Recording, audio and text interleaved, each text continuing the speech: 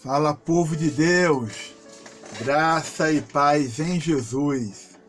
Estamos aqui em nossa terceira aula de homilética e introdução à hermenêutica. Amém? Primeira parte aqui. E eu botei aqui no quadro a introdução ao sermão. Ou seja, a introdução do sermão. Você sabe que antes do corpo, o desenvolvimento, que a gente viu na aula passada, que a gente botei até exemplo de divisão em 3 tópicos, ou 3 divisões, nós temos a introdução, temos o conteúdo e temos a conclusão, certo? Então aqui a introdução, né, ao sermão. Eu botei aqui o seguinte: tipos de introdução.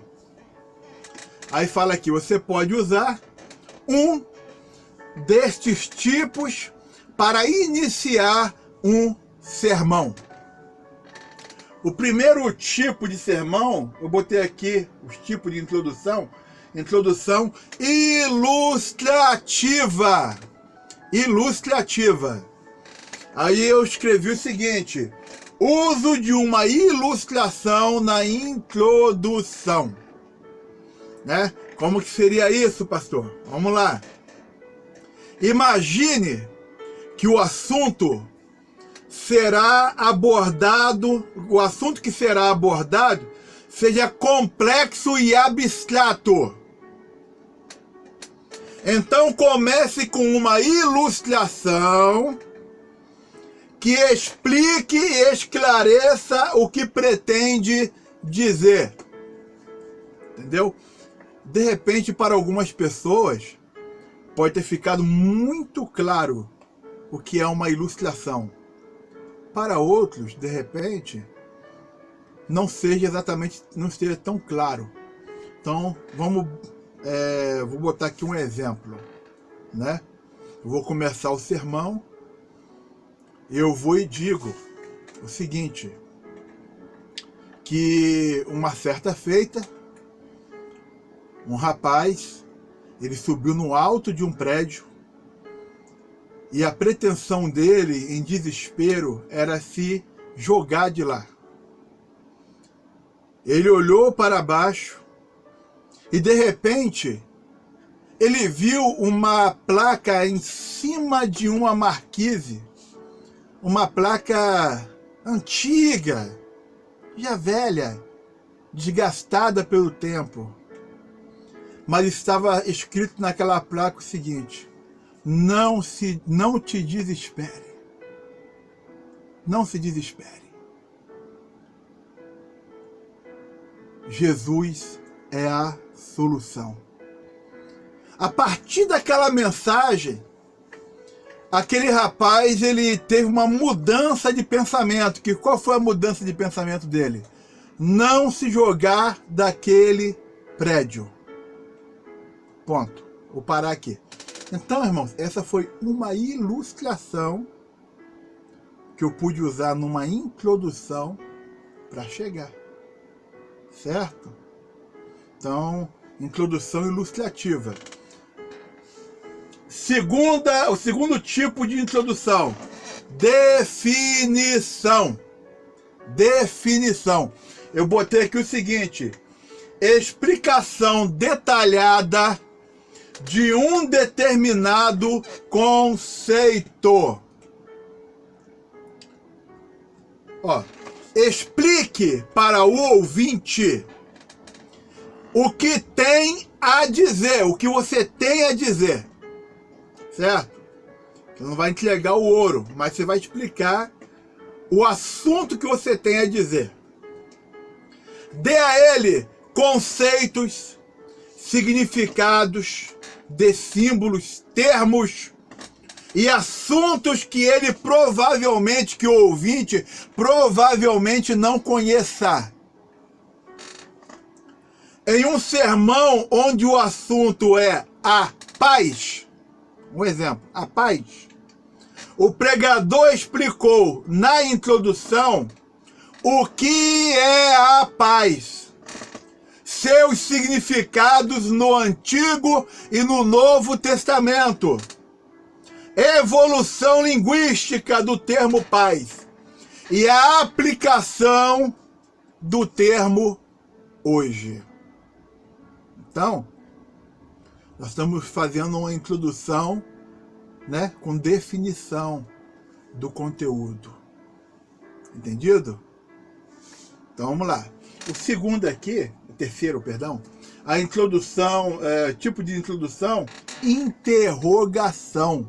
Aí eu botei aqui, comece perguntando. Entendeu? Interrogação. Uma pergunta deverá ser respondida no corpo do sermão. A introdução pode ter interrogação. Só que você vai ter que responder, e muito bem respondida, né? Comece perguntando. Para sermões onde o tema é uma pergunta, se o tema já é uma pergunta, é interessante que esta seja bem explorada na introdução. Observe que, se estamos falando sobre morte ou salvação, cabe aqui uma pergunta como: para onde iremos nós? Para onde iremos nós? Entendido? Então nós vimos aqui tipos de introdução: ilustrativa, definição, interrogação. Amém? Tem muito mais conteúdo pra gente. Procure estudar, verifique, leia, ok? Vamos lá! Aí eu botei o seguinte: princípios básicos da exegese. E eu botei aqui 10 princípios. Entendeu? Eu até escrevi no quadro aqui: 10 princípios básicos para a interpretação bíblica. Vamos lá. Primeiro, denomina-se princípio da unidade escriturística. Que é isso, pastor? Sobre a inspiração divina, a Bíblia ensina apenas uma teologia. O que é teologia? Doutrina sobre Deus. Não pode haver diferença doutrinária entre um livro e outro da Bíblia.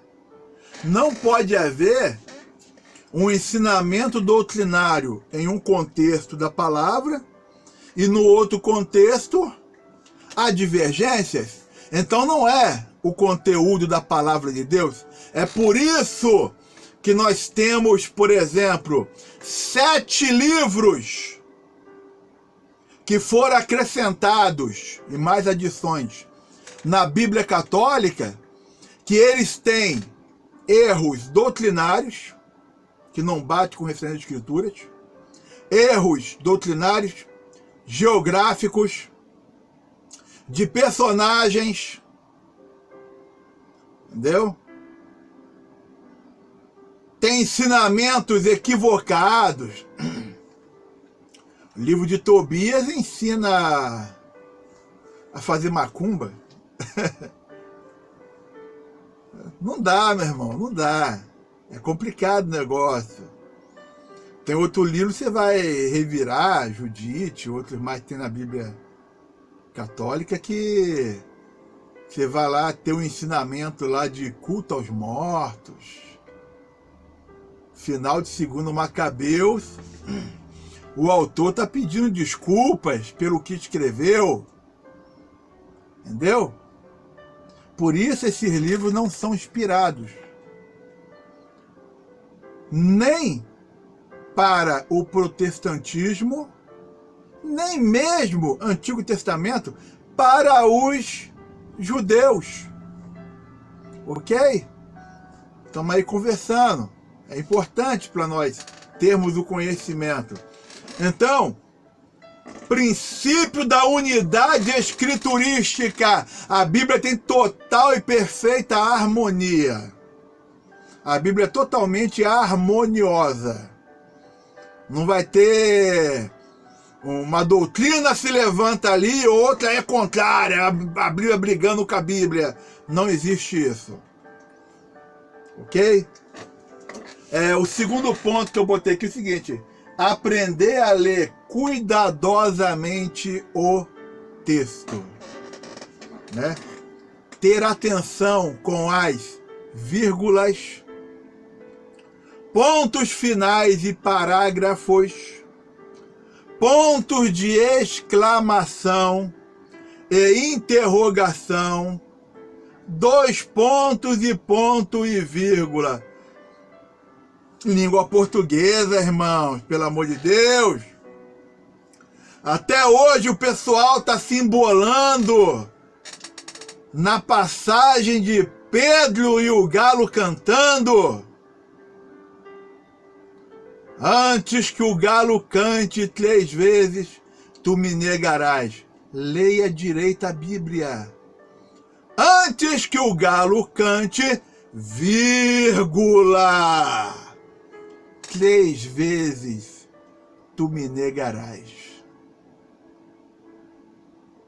Entendeu?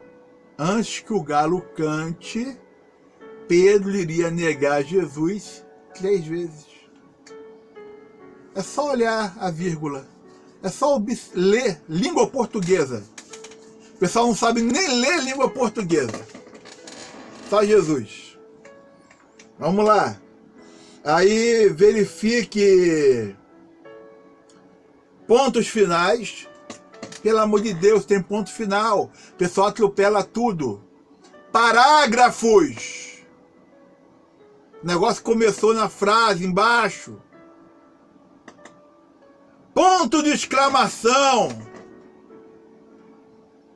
Né? Interrogação, é uma pergunta, o pessoal lê, é o trem descarrilhando, atropelando tudo, estava atravessando lá um pastor levando as ovelhinhas e o trem atropelou todo mundo na leitura, pelo amor de Deus. Né?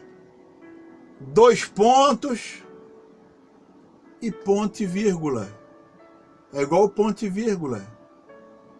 A vírgula é uma pequena pausa, coisa rápida, só para respirar, continuar a leitura. O ponto e vírgula significa que vai entrar um próximo, um novo assunto dentro do contexto ali. Entendeu? Estude um pouquinho mais. Analise. Pegue uma gramática da língua portuguesa. Analise esse negócio todo. Ok? Lembrando que nós temos nova ortografia. Vamos lá. Rapidamente. Eu botei aqui no quadro também o ponto 3. A Bíblia interpreta a própria Bíblia. Mas nós vamos fazer o seguinte. Vamos dar uma pequena pausa e a gente continua. Amém? Deus abençoe a todos. Graça e paz em Jesus. Amém.